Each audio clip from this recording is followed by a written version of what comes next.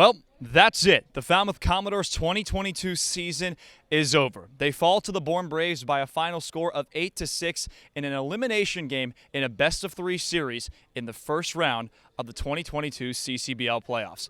Hi, everybody. Thank you so much for joining us on the final edition of Closing the Door alongside Trey Redfield and Carter Bainbridge, Logan Soforenko. And Trey, let's jump right into things. You talked about it with me on the broadcast, and you also talked about it with Carter.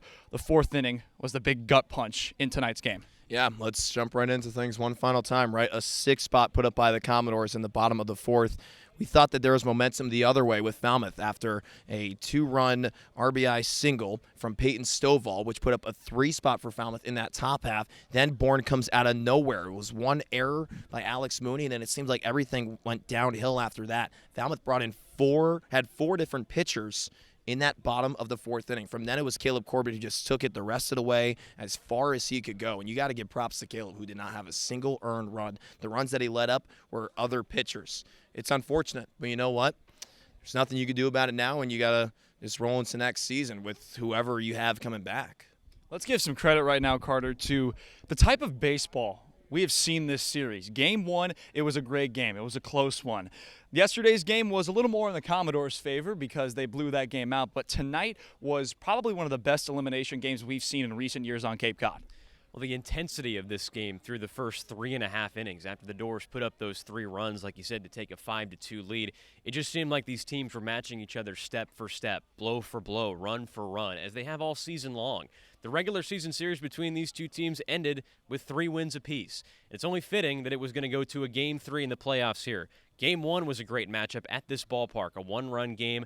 Game 2 was more on the blowout side. The Dores really got the job done yesterday at the Gov, but today, after that large fourth inning, the Dores put up some more runs on the board and tried to get themselves back into it, but it wasn't quite enough, and they fell by 2.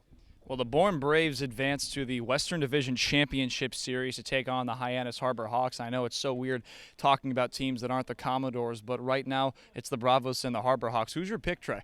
Oh, man. I like Hyannis.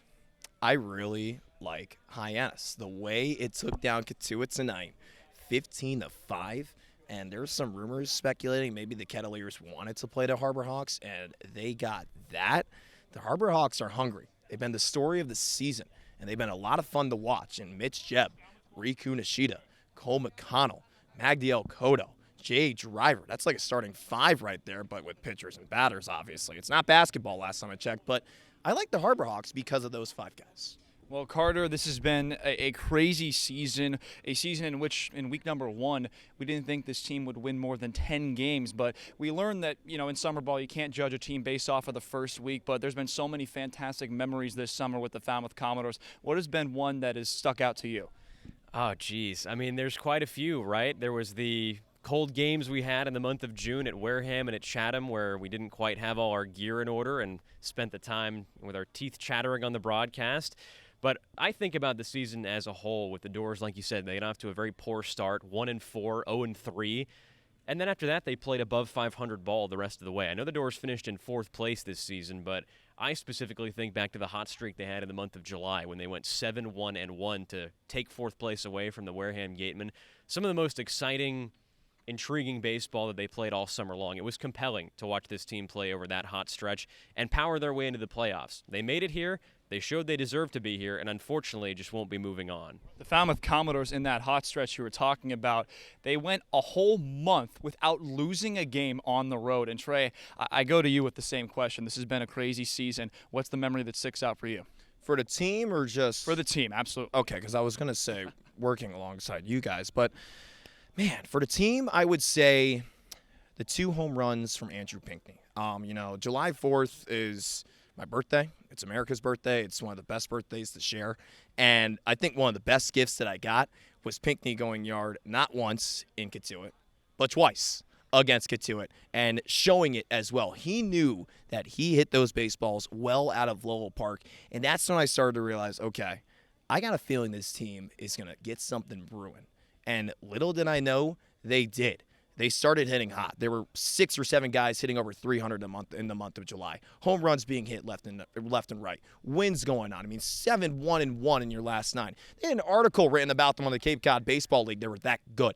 And just thinking about that moment on July 4th when fireworks came figuratively, then literally later that night with the actual fireworks, it put a smile on my face. And that's when I knew this team was going to be special, and they certainly were. And it's been a ton of fun. Well, that Andrew Pinckney web gem where he laid out to make the catch and get the final out of a matchup at Stony Brook Field against the Brewster Whitecaps, that's one that sticks out for me. But from all of us on the Falmouth Commodores, our entire media team, this has been one heck of a season. The Dores fall to the Bourne Braves by a final tonight of 8-6, and their season is over. But what a ride it's been. From Carter Bainbridge and Trey Redfield, Logan Soforenko one final time saying good night. We'll see you soon, wherever that may be.